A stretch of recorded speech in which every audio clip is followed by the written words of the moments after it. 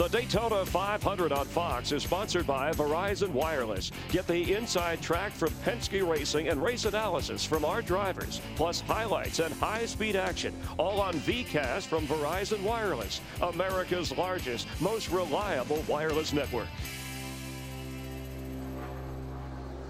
108 laps complete. Joe Gibbs' Toyota teammates Kyle Busch and Denny Hamlin leading the Fords of Carl Edwards, Jamie McMurray. Then Jeff Gordon, Matt Kenseth, Dale Earnhardt Jr. fought his way back up to 7th. A.J. Allmendinger having a great Daytona 500 debut in 8th.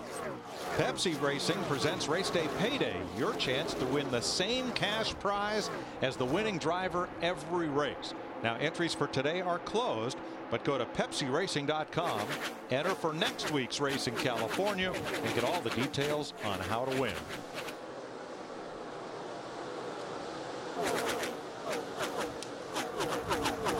We're told that rain is between 20 and 40 minutes away. That is unofficial, and teams have access to the same Doppler radar and information that we have.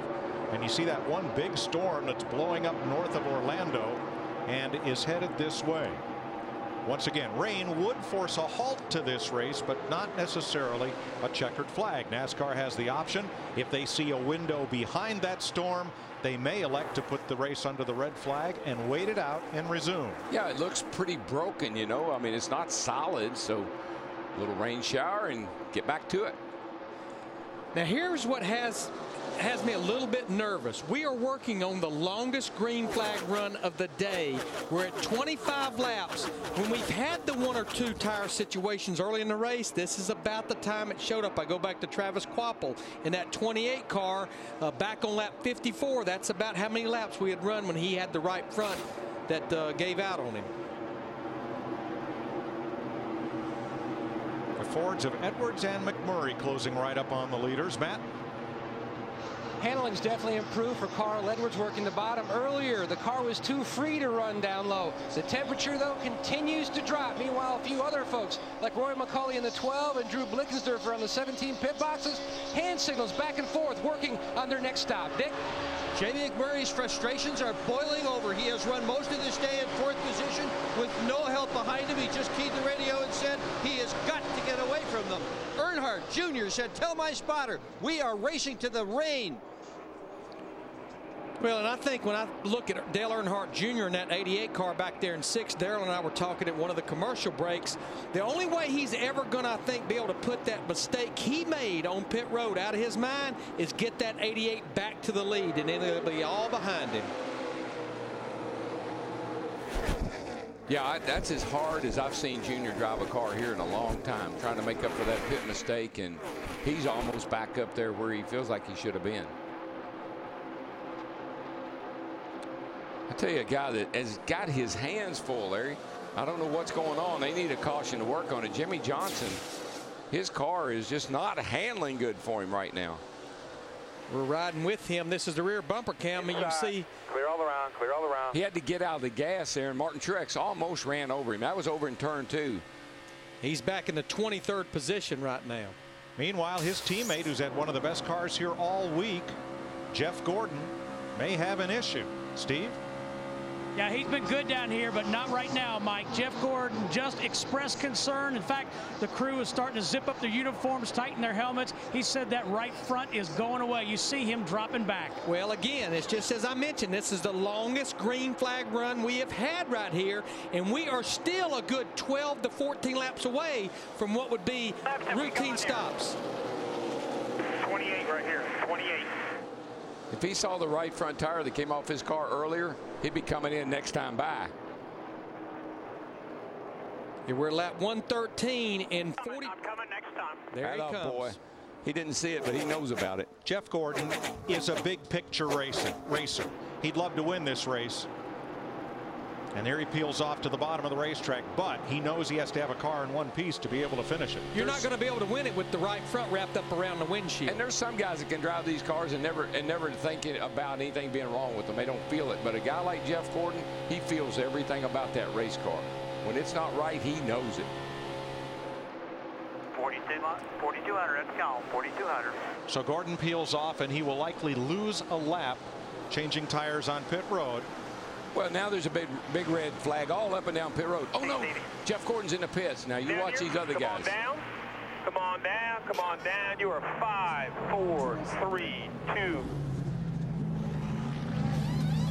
And Jeff Gordon told Steve Letarte, he said, I am coming. That's 29 laps on that set of tires. They didn't hesitate to bring him in. Clay Robinson, Timmy Leidigan changing tires, no other adjustments. You better believe their pits will be very crowded here in a few seconds with everybody coming from other teams to look at those tires. A lot of tire inspectors will be over there. Some with Goodyear shirts on, some with other race team shirts on. Now he's coming out of the pits, 55-mile-an-hour pit road speed. Here comes the field at 190. Jeff will not get up to speed before that team overhauls him. All he cares about is blending in with the leaders. That way he would be the first car a lap down there. His teammate Jimmy Johnson in the 48's on pit road, as well as Scott Speed in the 82. But Jeff Gordon just wants to be the first car a lap down. Should we get a caution, he would get the free pass. Steve. And Larry Mack, just heard Jimmy Johnson say something you never hear him say. He said, my car is terrible as I have to push his car back. He was on the line, but again, saying my car is terrible. If I were Jimmy Johnson, I would hope I had a bad tire the way his car was driving, because he was all over the place. Scott Speed. Go. Scott Speed's also made a pit stop. And for Jeff Gordon, mission accomplished. He blended in, 5th in line, 1 lap down. If a caution comes out, he would be the free pass car. In the free pass is simply when we get a caution, the field is frozen, and the first car a lap down. Now that's off the 24 car right there. Almost looks like one that we saw earlier. Once again, Darrell, that inside shoulder. Oh, boy, that makes me draw up, and I'm sitting up here because I know what's happening next with that baby. Former IndyCar star Sam Hornish. He got a geyser. Yep. Larry, when will they stop absent tire issues? Well, if we're going to run a full fuel run here, we're looking at about 8 to 12 laps. And what that would do is, when you look at this right here, that makes it where we can make it on one more pit stop going to the end of the race. On that 24 car, that is a camber issue. That is on the inside of the tire. So that probably tells some of these other guys, we don't have that much camber, you're going to be fine. Matt? JPM is in. A chassis adjustment from Montoya, still trying to tweak that race car. The 83 of Vickers was in as well. He was very pleased with the 83 car. So several green flag stops, but most of the leaders are staying out on the racetrack. The top 30 cars have not yet pitted in this green flag run. Kyle Busch brings them back to the line to complete 118 of 200 scheduled laps. Larry, I'm gonna oh, there's a car coming on pit road here that blew a tire. Exploded at Stremme. David Stremme in the 12 car. That looks like Ryan Newman's car after practice the other day. And caution for debris will hurt Montoya and Jimmy Johnson and Brian Vickers. It will be All right, Jeff. guys, get the tires on. Let's get back across. It'll be Jeff Gordon's best friend. He'll get the free pass. And even though he'll have to pit after the rest of the lead lap cars, he'll be able to come around and be back on the lead lap. The Daytona 500 on Fox is delivered by UPS, official delivery company of NASCAR, and proud sponsors of David Reagan and the number 6 Ford Fusion. Coming to 120 laps, 300 miles of 500.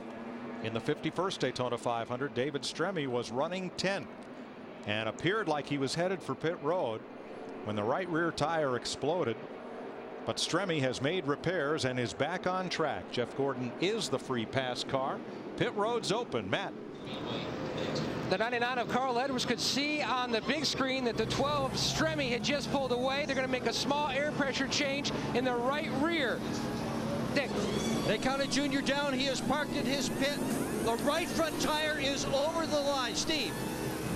Dick, Mark Martin said the tire lasted, but I hate to drive it this way. One round in the left rear, Krista. The field has been chasing the Joe Gibbs Racing Toyotas, and they have been chasing the weather. Cheers erupted when that caution came out. They knew they were ready for tires. 4 tire change for both cars. Now they're going to hold that 88 car. They are. Because they went ahead and made the pit stop with that right front tire on the line. Second mistake of the day for that group. And about the 4th this week. The line is out of bounds. The right rear is the only tire allowed to be on or over the line. Here's Junior coming in, and he's way outside where the signboard was, and you see the official motioning. You're not in the box, so you will sit there and serve a penalty. One lap. Yikes.